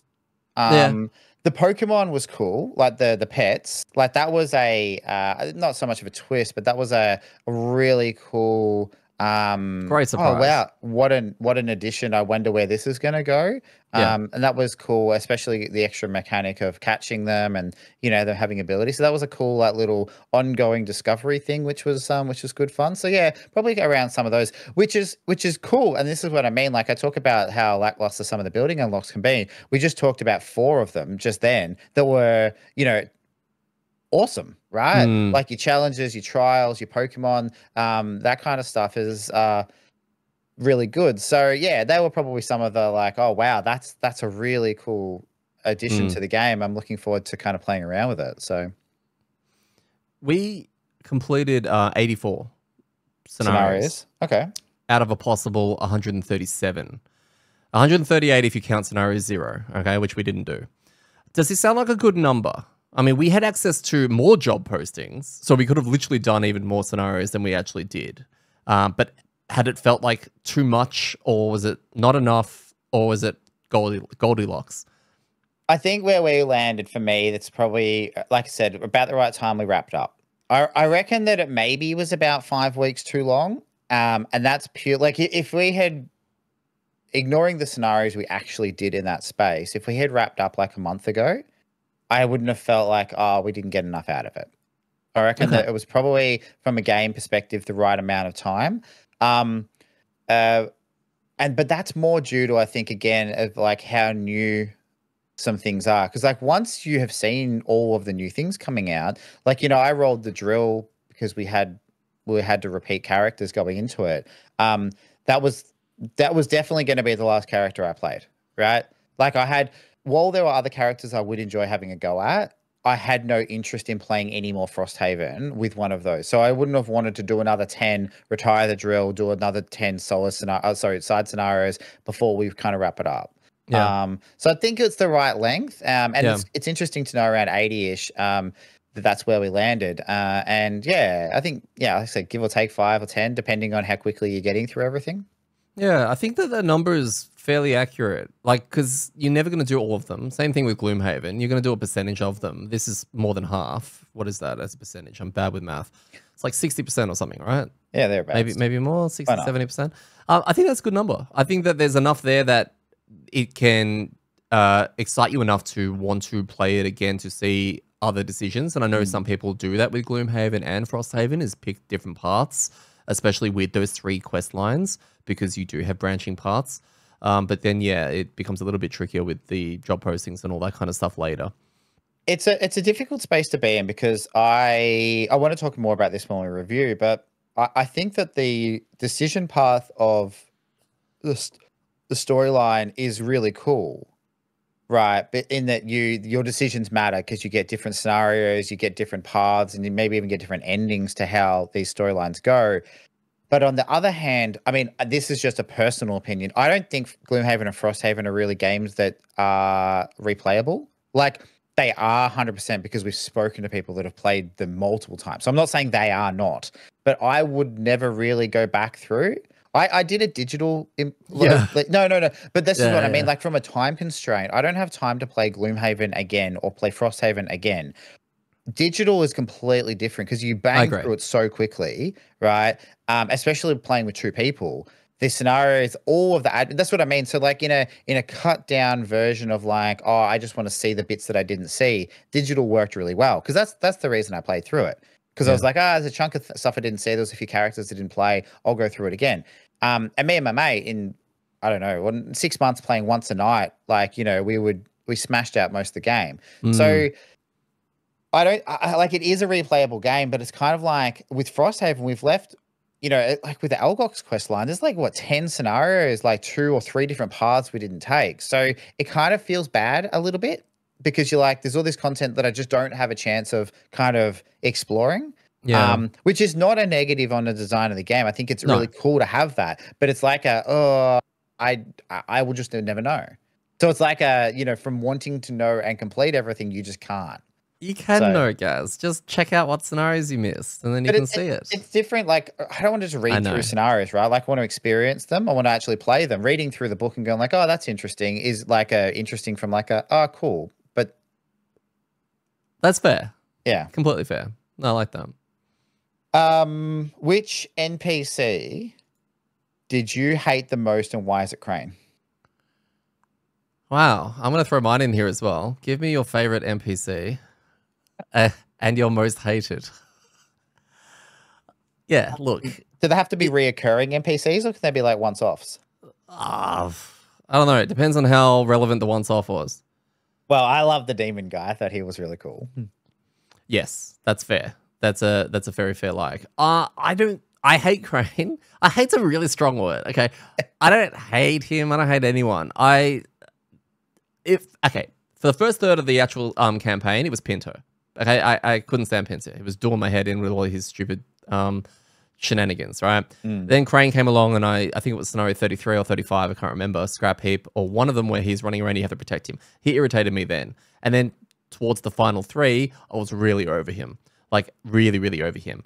I think the biggest dickbag NPC is probably Moonshard from that one scenario we did. Oh, 100%. That was mine. Yeah. Okay.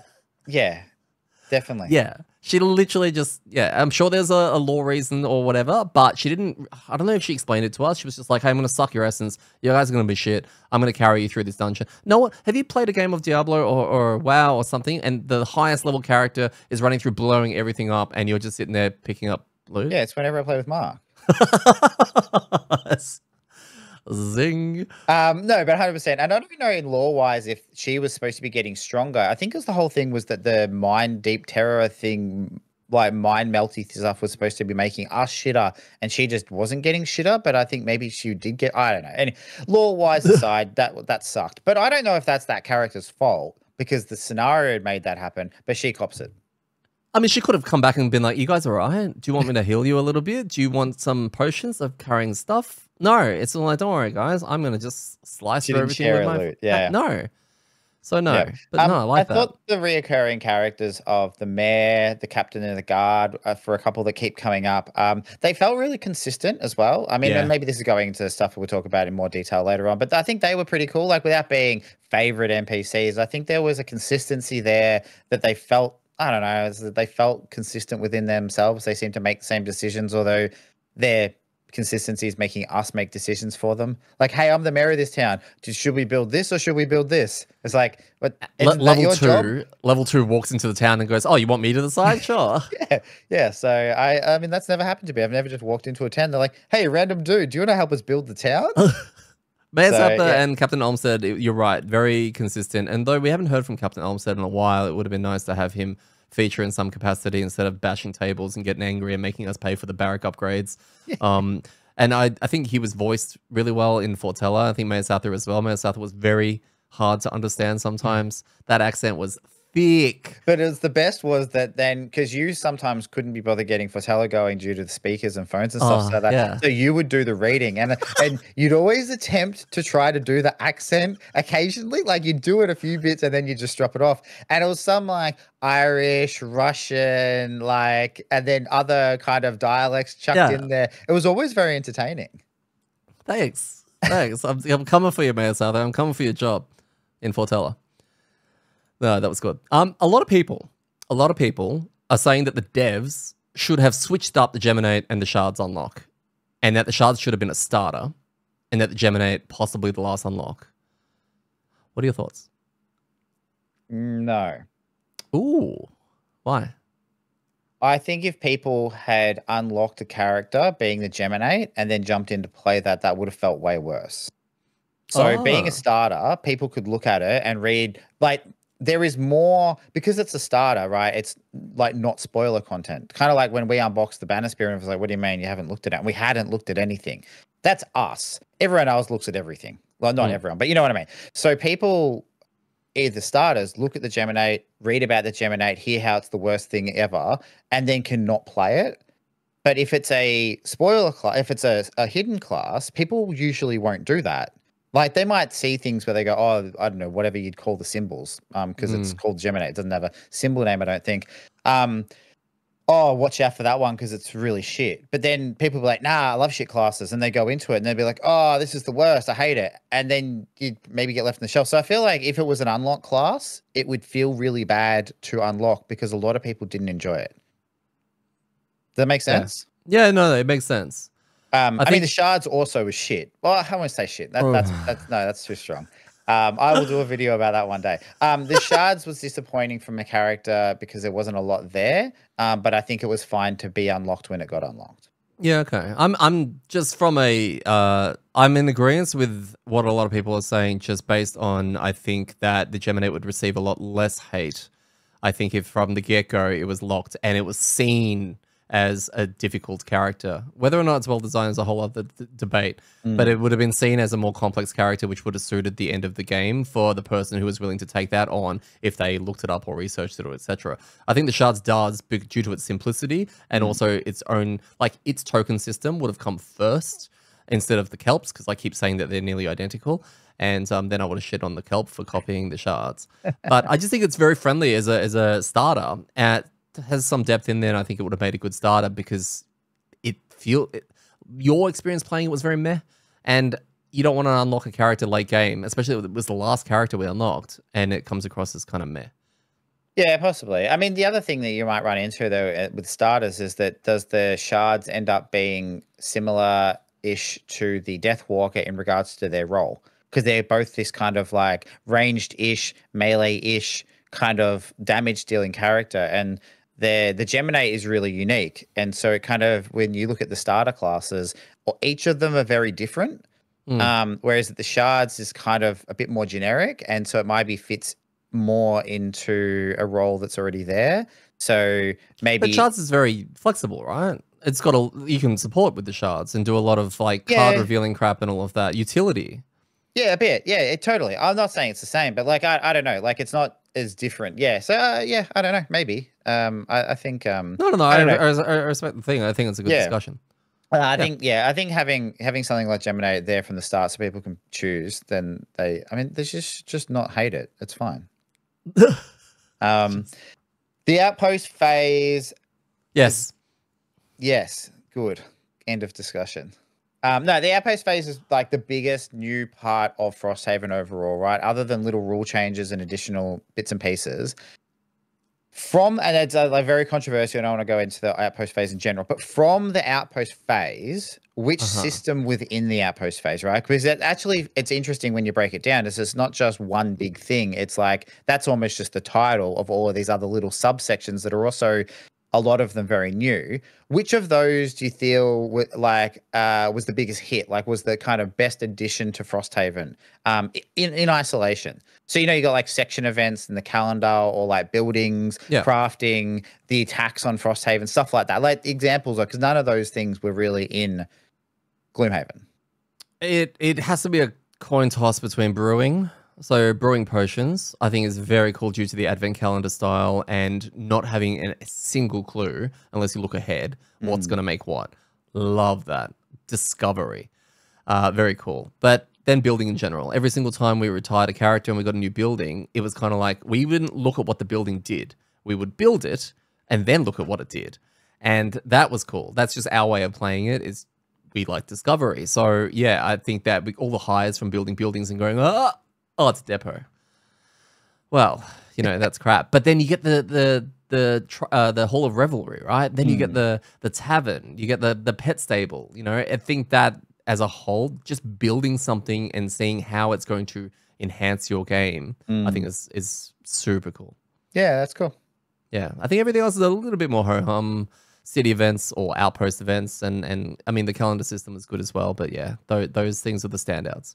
Mechanically, it's boring, but the section events calendar, I think, is one of the biggest improvements that could easily be translated, because it brings an element of consistency to a game that can in times have too much randomness. Yes, because there's things that I think that need to make sure they happen in a way. So I like the idea that some events would end with put X calendar in there, and it was always really cool when it was like potentially a bad thing. Like I remember we had the one where I don't know, there's the docks one, or still something, and it's like, there's a bad thing happening. It's like, put such and such event in next week, and you're like, we're gonna find out. Like, not in 10 weeks a character's gonna come back and say something, but it's like something's gonna resolve in a week, and then you come back and those were cool, and it was cool to build tension that way. So yeah, no, really is. you have to choose 3 Frosthaven characters to play/replay at some stage during your life, and 3 to permanently delete forever from the series. So 3 Frosthaven/Gloomhaven characters, or just Frosthaven? Frosthaven. Just so, okay. So the 3 that I would play forever. I don't know. Play again. Play again at some point. The Coral. Cool. Pardon? Cool. Yeah. I like that. Ooh. I mean, it's hard because I'm only really going to pick characters that I've played. You could pick something that you haven't. Like, Could surely I? there's some, yeah.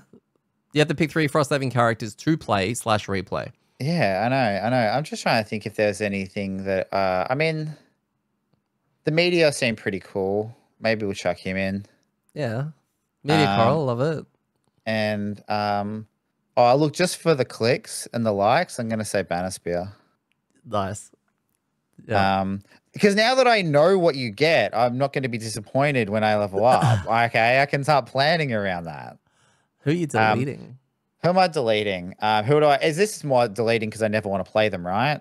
They don't exist anymore after you press that button. Yeah. All right. Well, we'll delete the trap. Oh.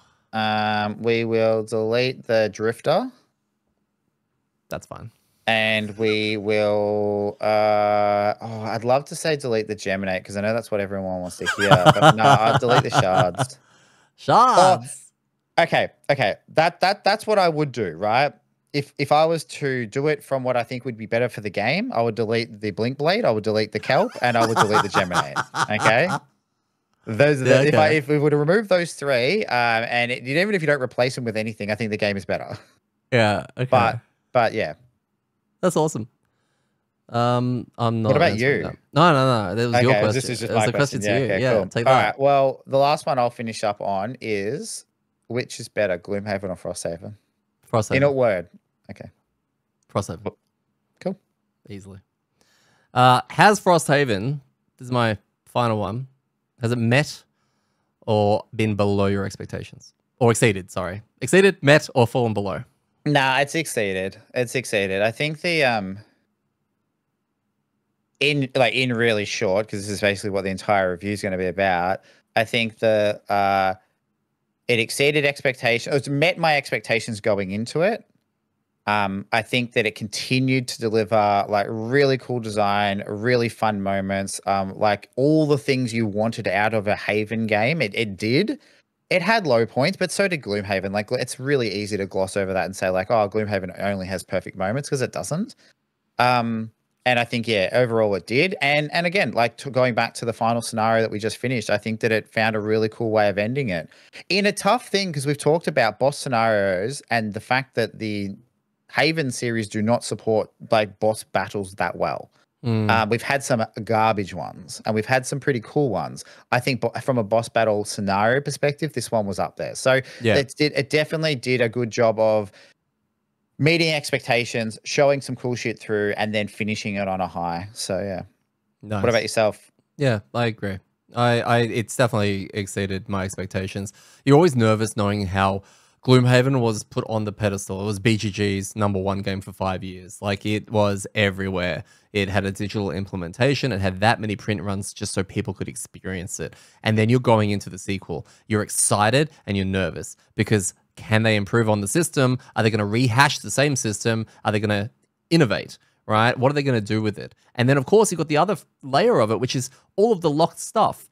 So you can't just go in there knowing any of it anyway to know whether or not it's an improvement. You've got to play through the whole game. And I know that sometimes can be really rough for a lot of groups, especially if they're not having a good time early on. But yeah, it exceeded it. You got to give it time, let it breathe, do the right thing. If it's getting too difficult and it's getting frustrating, lower that difficulty. I think push through it, you'll be rewarded for it. And I think you'll be even more prepared and more hyped for any other Haven game that's going to come out from here. Because I think that I trust Cephalofair Games with what they're doing with everything here. And I think that a lot of people may have lost some of that with Frosthaven just because of the direction it was going in. 2.0 is going to be huge. I cannot wait. Yeah, 100% agree with all that. And I want to, I'll definitely be expanding on that once we talk more about it and we review it. Sounds good. Anything you want to add? Nah, not really. I just say like thanks for.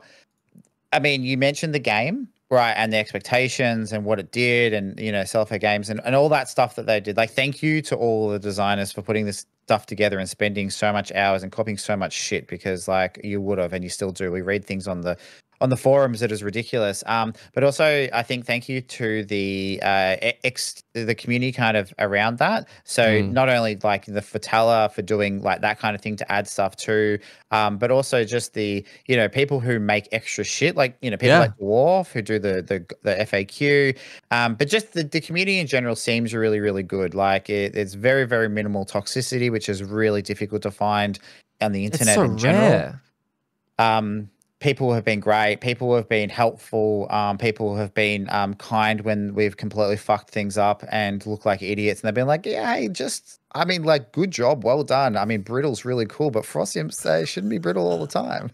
And so when we make mistakes like that, I think people have been kind. So that's made the journey more exciting, right? Yeah. And I think doing this process, like as in recording, we started on a podcast and we do podcast and video, and now we're doing extra content. It's really been an amazing ride to be an experience in addition to Frosthaven. But I don't think it's overshadowed or changed that. I think it's made the experience better, but I think the game has also still been there. So just thanks to everybody. Thanks to you for hosting and all that kind of shit for having the game there. Because if you didn't, then we'd be playing outside. And the cold Pepsis.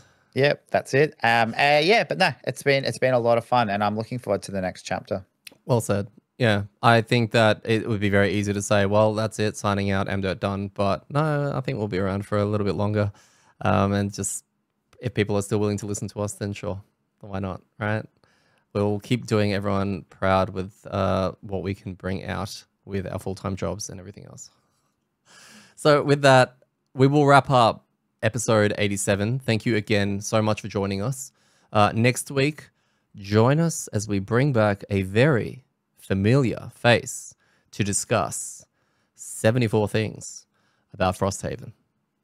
Until then, I've been your host, Eddie, and I've been joined again by Gaz. And remember, when it comes to rolling terribly, it's all